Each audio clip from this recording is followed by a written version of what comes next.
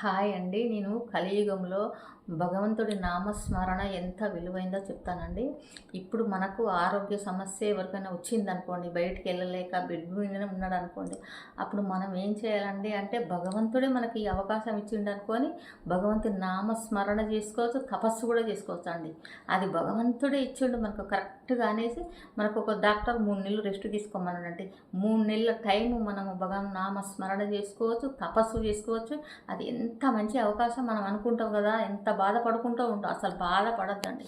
నువ్వు బయటికి వెళ్ళకుండా ఇంట్లోనే చేసుకోమని మంచి పెద్ద గొప్ప అవకాశం ఇచ్చిందని భావించండి. ప్రతి ఒక్కరు బాధపడద్దండి. దాని గురించి అసలే బాధపడద్దు. మనకు ఎట్లాగో మనం రోజువారీ పనులన్నీ చేసుకుంటాం కదండి. ప్రతిరోజు ఏదో వచ్చింది మనకు, అది మనకు కొంచెం టైం బాగాలేక వచ్చింది అనుకోండి. అనుకున్నప్పుడు అలా మీరు ప్రశాంతంగా చేసుకొని ఎంతో ఆరోగ్యం బాగవుతుంది, మీకు జ్ఞానం కూడా వచ్చే అవకాశం ఉంటుందని ఎన్నో తెలుసుకోవచ్చు అప్పుడు. అందుకే అలా చేసుకోండి. ప్రతి ఒక్కరు బాధపడకుండా ఉండండి, సంతోషంగా ఉండండి.